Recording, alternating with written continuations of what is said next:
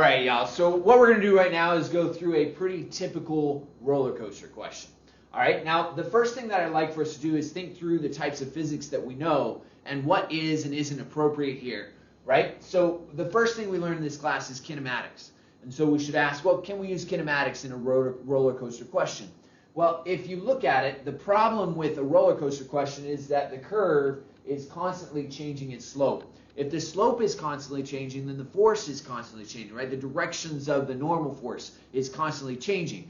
If the forces are changing, then the acceleration is changing. If the acceleration is changing, we can't use kinematics. So kinematics is a no on most roller coaster questions, unless there's a point where it flattens out, or if there's a point where the roller coaster goes flying off the track and then we use our two-dimensional, then generally speaking, kinematics is a no for roller coasters. All right. I suppose they could have like a straight part here, like a flat part where the roller coaster is accelerating or something like that. And in something like that, you might be able to use kinematics. But in this situation right here, kinematics is a no-go. Then the second thing would be forces. Again, with forces usually help us identify information at a single point, right? You draw a free body diagram at a single point and you talk about, well, what is the acceleration due to that free body diagram and the forces acting at that point, okay? If I know information about point B and trying to figure out what's happening at A and C based off of that, it's unlikely that I'm going to use forces because forces generally, like I said, focus on a specific point in time. It is possible if I wanted to know information about point B, this does kind of have a curve here. If that is kind of circular in nature, then I might be able to use forces to figure out possibly some speeds and acceleration, things like that, up at the top of the hill. Or if this is kind of circular in nature, sometimes you see questions like that where they give you a radius of curvature down here. A couple of problems. Number one, it's not really asking about accelerations here. It's just asking about the speed. And number two, we of course don't know the radius of curvature of any type of circular motion that we have. And so probably not going to work for this situation here. This leads us into our next option, which is conservation of energy. So let's go ahead and look at conservation of energy. So we're barely making it up to point B. So if I barely make it up to point B, what types of energy are present at point B? Now, hopefully what you're recognizing is that at point B, I'm going to have gravitational potential energy, right? If it barely makes it up, then we can assume that the speed or the velocity is very, very small or negligible. And so therefore, the kinetic energy at that point would be 0 if it barely makes it up. So at this point, just gravitational potential energy, right? Now, let's look at the question that's being asked. It says, how fast does it travel at point A? All right, so I'm going to look just at point A right now. So at point A, it obviously needs some speed in order for it to get up the hill to point B. So at this point, if I'm just looking at A and B, which I can do if I'm trying to answer questions about point A, is I can define this line right here as my height 0. What that does, of course, is that means that I don't have to worry about gravitational potential energy for A. Now, if I was going from A to C, I might not want to do that. I'd probably want to set this 0, and we'll look at that in just a minute. But from A to B, the lowest point from A to B is right here. So I'm going to define that as my 0. At that point, then, I don't need gravitational potential energy. I only need kinetic energy here at point A. So with that, we'll now go and we'll try to do some conservation of energy. Remember that conservation of energy initially just says that my initial energy must equal my final energy unless work is being done. So the question then is work being done? Well, what are the forces on my cart as it goes from A to B? Well, hopefully you're thinking, well, there's gravity, but if we look at the cart Earth system, which I can define the system, if I look at that system, then gravity is considered internal. It's a conservative force. Okay? If we think about what are the other forces, well, you've got the normal force of the track. Well, by definition, the normal force of the track is perpendicular to the object, perpendicular to the surface, perpendicular to the motion. So therefore, perpendicular forces we know don't do work. The only other force that could be present would be friction, and it does say that it's frictionless. All right, so because it's frictionless, we don't have that. Therefore, no work is being done. Therefore, my initial energy must equal my final energy. And in this case, that would be the kinetic energy at point A must be equal to the gravitational potential energy at point B. And so from there, we can go ahead and put in our equations and we can solve. Kinetic energy at A is 1/2 m the velocity at A squared. Notice that I'm labeling these. I don't have to label the mass because the mass isn't changing, though we could have a question where the mass is changing, but in this one it doesn't. Equals the gravitational potential energy, which is m times g times the h at B. Now notice I'm not freaking out about the fact that I don't have mass.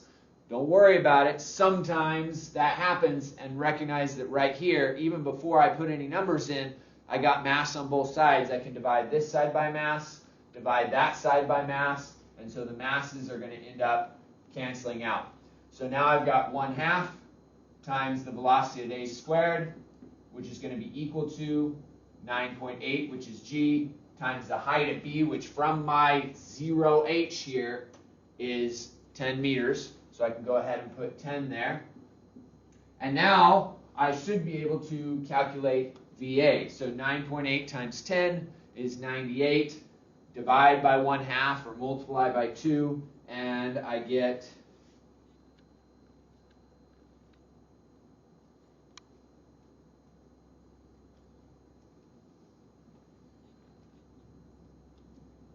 I can figure this out eventually. VA equals 196. That is still squared, so now I need to square root the 196, and some of you probably already knew that means that the velocity at A must equal 14 meters per second. And so there we go. Now I know the speed at point A. All right, that's the first part. So how fast would it travel at point A? It needs to be going 14 meters a second in order to be able to reach the top. Okay? Now, the next question says, how fast does it need to be going at point C? All right, so point C. So now I need to know how fast it's going down here. Now, you have options, okay? A lot of you will probably just say, well, I need my gravitational potential energy here, and then it's got to go down to C. And that's fine. If you want to do that, that's great. I would like to make sure that you understand that that point doesn't matter. If I want, I can start at this point. I'm going to make this my initial, and I'm going to make this my final. Okay? Now again, you don't have to do this, but I'm doing this purposely because I want to make sure that you understand if energy is conserved, what happens in the middle is not important. All that matters is your starting point and your ending point. Okay? If you want to do it the other way, in fact, I encourage you to try it the other way. Look at point B as your initial and C as your final, and see if you get the same thing that we get this way. All right? So again, I'm going to start here. I know that I have kinetic energy here, right? We just found out that I'm going to have a speed of 14 meters per second there. So I know I've got kinetic energy here.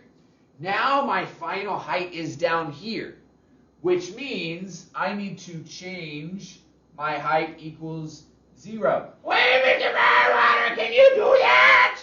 Yes, I can do that. I'm on a new part of the problem now, and I'm now doing conservation of energy between point A and point C. I can reset my height 0 to simplify the process for me. Okay? You can also make this 0. You can leave it 0. That just means that your C is going to be at a negative height, which sometimes plays with our mind. We don't like that. So I'm going to go ahead and set this as 0 just to show you that it can be done. And number 2, just because it's easier on my brain. Okay? So at this point, we've got kinetic energy. We also will now have gravitational potential energy. Right? Both of those will exist at this point due to its location, as long as we talk about the cart-Earth system. Down at this point, because my height is 0, I won't have gravitational. I will only have kinetic energy. All right? Again, no work is being done, the same principles as before. And so in this situation, we're going to go ahead and say, well, that means that my kinetic at A plus my gravitational potential energy at A must equal the kinetic energy at C. All right? Now, don't worry about the fact that we had kinetic energy at A and we didn't have gravitational here, but now we do. Remember, gravitational potential energy is all about the change. It's all about the change in energy, right? All that matters is that I'm changing from this height to that height. That's the only thing that's important when we're thinking about gravitational potential energy. All right? In fact, a lot of times we see that the formula is just written as the change in gravitational potential energy is equal to mg delta h, or delta y. You'll see it differently in different textbooks and different videos and different things online. So recognize that this is really the important thing. What's the change in the energy? The actual energy at a specific point is not significant unless we are looking at absolute potential energy, which we talked about in class a couple of days ago. So let's go ahead and put this in. So we'll go 1/2 the mass times the velocity at A. We know that the velocity at A is 14. So 1/2 mv squared. Please remember to put the squared on there. That's the thing that I see students forget most often, is that, especially if they do it this way and just plug the numbers in right away. Then we'll have mass times g times the height. The height of A from my 0 is 15 meters. Okay, again, everything that happens in the middle, not important. All that matters is what's happening right now between from A and then C. And then in C, we'll go 1/2 m, and then we're looking for the velocity at C. Now, recognize, please, that they all do have mass in them.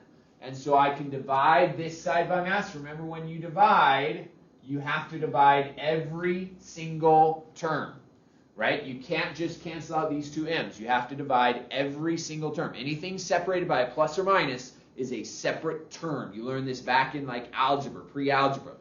Each one of those have to be divided by m. So if I cancel out the m, it's going to cancel out this one from this term, and it's going to cancel out that one from that term.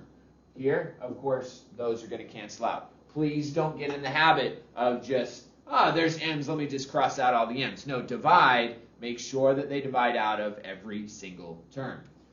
From here, we've got 1/2 times 14 squared plus 9.8 times 15 equals 1/2 VC squared. Now we can go ahead and do that on our calculator. We go beep, beep, beep, beep, beep, beep, beep. We get 490 equals VC squared. And then I'm going to square root the 490, which, again, a lot of you probably already know that the square root of 490 is 22.1. My final answer, according to significant figures, will be about 20 meters per second. There we go. We got our answers. Hopefully that was helpful. Worry more about the physics, about the process, significant figures. That'll come with time. And I hope that was helpful. We'll see you next time.